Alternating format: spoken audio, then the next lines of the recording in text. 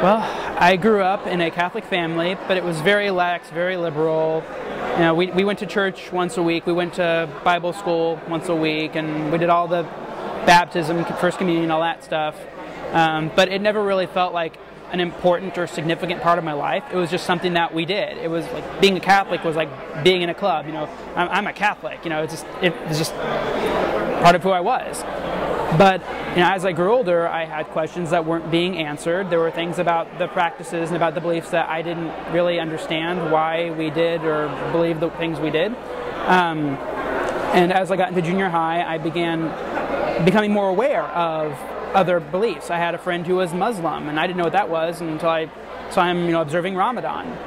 So I became aware of the larger world around me, and add that with, you know, higher education, science, and math stuff, and just the world was much more interesting and complicated than I had ever, you know, learned from my religion. And once I got into high school, I began calling myself a non-believer.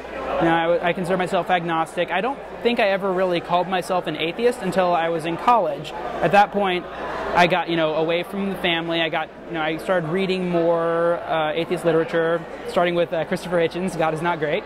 And, you know, by my junior year of college, I had found Soma, and it was like a new world for me. It just became so much more aware of everything. And I don't want to say that I changed who I was, but it was like finding a glove that fits perfectly. It's like, yes, this is who I am, this is what I think. And just, I've never been happier. I'd recommend anyone who is a closet atheist, closet agnostic, closet whatever you want to call yourself, whatever you're comfortable with, you know, come out. Find people who agree with you, who are like-minded, and you will feel so much better. You'll be welcomed. It's like having another family. And sometimes it can be difficult with your biological family or your old friends. They might treat you differently. I was very fortunate to have parents who love me unconditionally, and even though they don't support what I do, they understand me and they love me and they respect that I don't share their beliefs.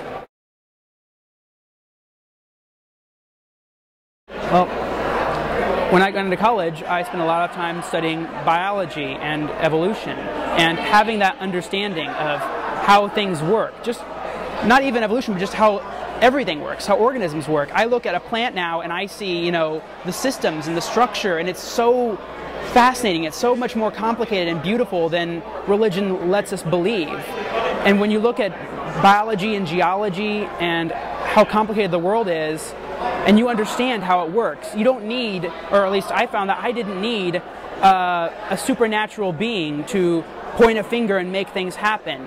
You know, when you understand how things work, there's no reason to think that you needed a creator or that there had to have been a creator for the universe.